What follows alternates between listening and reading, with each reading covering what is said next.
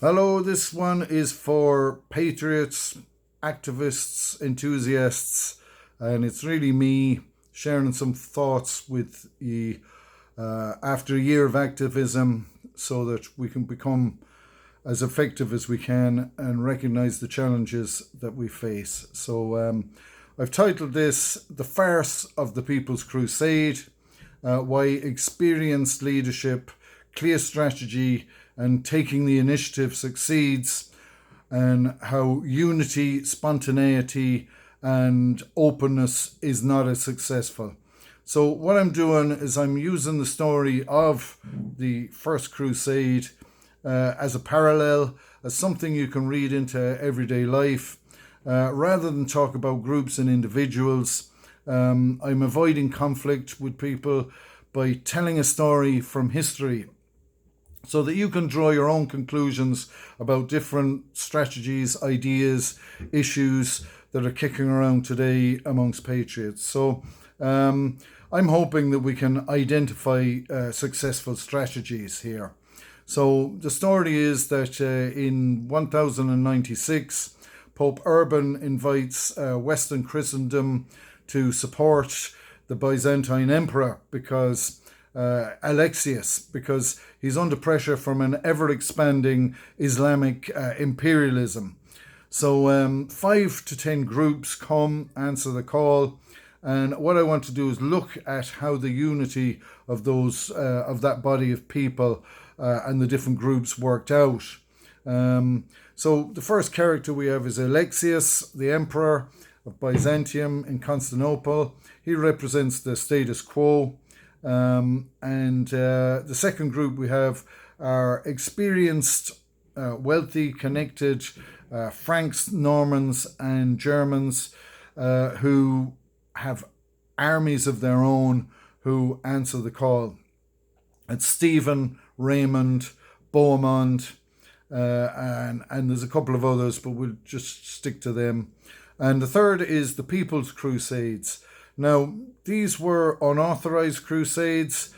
These were the people who lacked trust and respect for the Pope's plan. They lacked trust in nobles and the entire feudal system. So these are independent crusades. And the first of them is a guy called Emiko.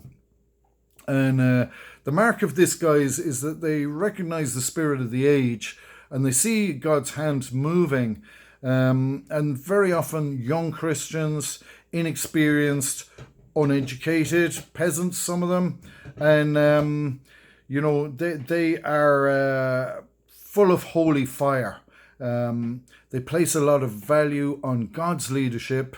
They set out poorly provisioned, without a solid plan. They looked for spiritual guidance, and they sought in animals to lead their journey. And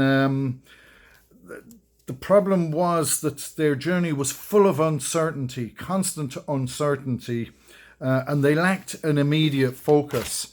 Soon their attention was drawn to a focus to the Jews. And before they'd arrived in Constantinople or Jerusalem, they attacked the Jews in the Rhineland. And these were protected people, so they ran into trouble with local authorities. And as they moved into Hungary, the king had enough of them and their pilfering, and he faced them down militarily and massacred them all. So that was the result of that strategy. There were 2 other People's Crusades. One was led by Peter the Hermit, a great speaker. When he got to Byzantium, he found another group had arrived under the leadership of Walter, who was actually a knight. So he had some experience. They were also poorly provisioned and raided local territory for resources. So it was very hard for people to see any good in the People's Crusades. However, Emperor Alexius persuaded Walter and Peter to get with the plan. The 2 leaders probably realized their own shortcomings and tried to do what the Pope had asked. It was too late for them to get approval from their parish priests because they'd already left, but they could cooperate with the armies of the great lords who were there. The problem for Peter and Walter was that even though they were persuaded, they were unable to persuade their own people to follow the plan. They were inspired to head on into the territory of the Sultan of Rome. Walter tried to catch up with them and lead them, but they met Killiar Arslan, the Sultan, and he massacred them all there.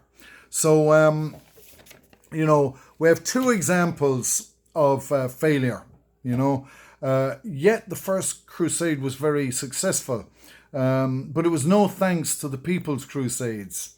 There was a series of problems with them. They weren't able to recognize what they were up against. The powerful forces they were facing could be dealt with, but only by good, experienced leadership. People who had years of experience facing the kind of challenges, and those are the people they needed to support. These guys were immature, inexperienced, and overconfident. What they needed to do was accept instruction and control themselves.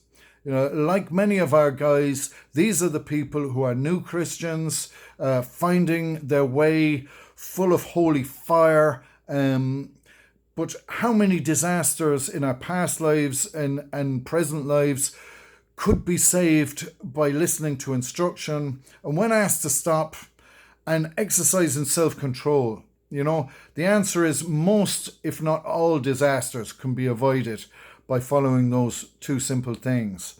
So there are people who are 10 steps ahead of us in experience, and they know what they're doing, and when they see us leading out in strategies that are unlikely to succeed, they push us back and instruct us. And it's important at that stage that we recognize our overconfidence and accept instruction. When we are told we are leading out in a way which is disruptive and are challenged, our job is then to address the issue. It's not to make it personal and try to punish the person who's teaching us for saying things that we don't like. We're there to be instructed. We're there to listen. The aim is to become more mature. We exchange our independence to be more effective, to follow a strategy which is not our own.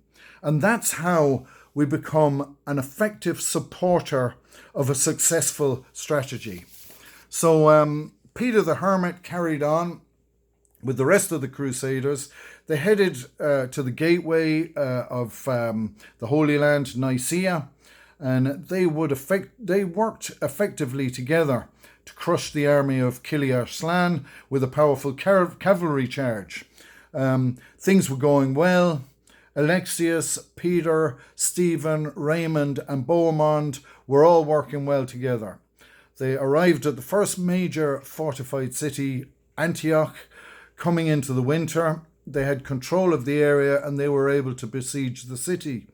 And though they didn't have enough men to surround the city, and winter was coming, and they were daunted to realize how hard it was going to be to take the city. And at that point, Peter the Hermit absconded. And this is the mark of guys without a plan. They convince themselves to do what they feel. And now the other leaders saw him as wicked for abandoning the mission, and understandably saw this as an act of betrayal. And that is the end of the Peter's Crusade as Peter exits stage. So who are we left with now? We're left with Alexius, Raymond, Stephen, and Bohemond.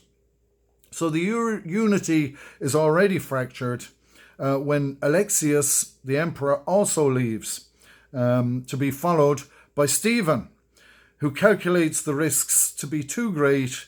And at this point, a great army, a great Muslim army, is on the way under the leadership of Kerboga, And worse still, Stephen meets Alexius, who had decided to return with supplies. And Stephen persuades him it's hopeless, and the two of them leave for good. So that's all we're left with, is just Raymond and Beaumont. However, they defeat three armies with a far smaller force. Beaumont is a great strategist and a leader, and he takes the city in the nick of time by persuading the defenders to betray the tower. They're still facing enormous odds, and they're not well supplied. What they have is confidence from beating bigger armies time and time again. And they've developed techniques through their experience whereby they can dominate wherever they are with what they have. It not only gives them confidence in themselves, but it gives them confidence in Beaumont's leadership, and they trust his ambitious strategies because they can see his success. Furthermore, they discover a sacred lance, which inspires them, and they sally forth out of the fortified town, Antioch, and they crush Kerboga's forces again with a much smaller force. He feels Beaumont, he decides to stay in Antioch. He feels while he is in control, the city is safe. He protects his achievement and decides to defend the way back home, And for whatever reason, he decides not to move on to Jerusalem. So, and it is Raymond who is left, the last man standing, The wealthy, well-connected man who's been through this experience with Beaumont. Beaumont is the more experienced fighter and strategist, and he leads out with initiative, very often with Raymond not quite sure or unsure of what Beaumont is doing. But he supports him anyway. Finally Raymond leaves Beaumont, and it is he who captures Jerusalem. So that's the story. Of the 5 or 10 groups that set out, only one achieves the objective. Now, we're not trying to take Jerusalem. We're restoring the Irish Republic and restoring the Irish Constitution. So I'm going to finish up here, but the point of this exercise to me is to examine the different groups, strategies and ideas which are kicking around amongst patriots. Also to share my own story, which is that I have exchanged, my independence to be an effective supporter of an effective strategy from people who know what they're doing. And I think that's what works. Experienced leadership, belief in a clear strategy, taking the initiative, and boots on the ground activism. That's what succeeds. And when you compare it to the ideas of unity, spontaneity, and openness, they're inadequate, and they fail for a number of reasons. So taking on the very powerful institutions and forces we're up against, experienced leadership, clear strategy, and initiative or initiating action is, in my opinion, our most effective way to go. So thanks very much for listening.